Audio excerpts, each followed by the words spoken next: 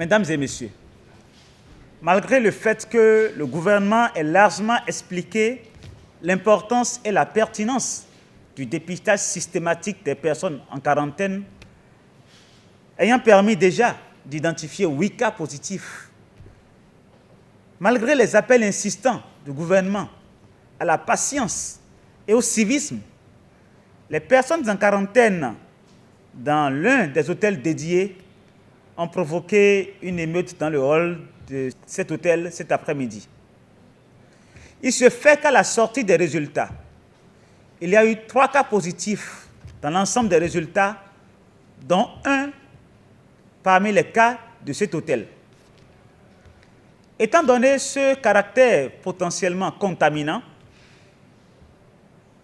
les sujets de cet hôtel resteront donc en quarantaine encore pendant 14 jours. Il faut remarquer que les agents de santé se dévouent avec abnégation, sans répit, de jour comme de nuit, pour assurer les prélèvements et la disponibilité des résultats qui sont délivrés au fur et à mesure.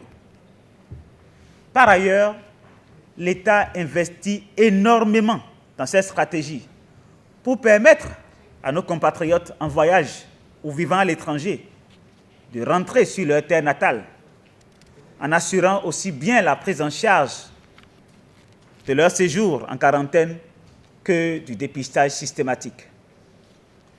Ce comportement qui frise à la limite l'inconscience et qui expose nos paisibles populations dans le contexte particulier de la pandémie de la Covid-19 ne saurait rester sans suite.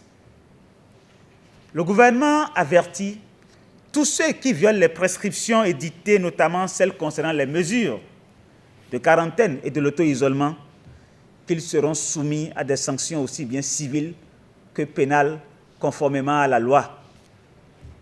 En tout état de cause, toutes les personnes qui sont en quarantaine sont invitées à se soumettre au test de dépistage et à en entendre patiemment les résultats.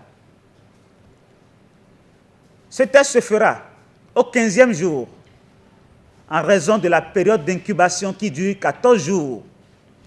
Le faire avant ne serait pas pertinent et ne permettrait pas d'être efficient par rapport à cette période morte où nous ne savons pas quand est-ce que le passage à la positivité se fera.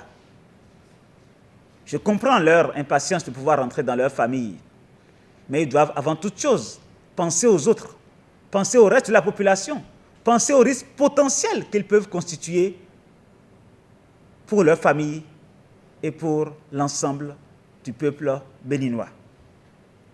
Je voudrais encore une fois rappeler donc que seule la discipline et l'engagement de tout un chacun de nous permettront de vaincre cette maladie en évitant sa propagation.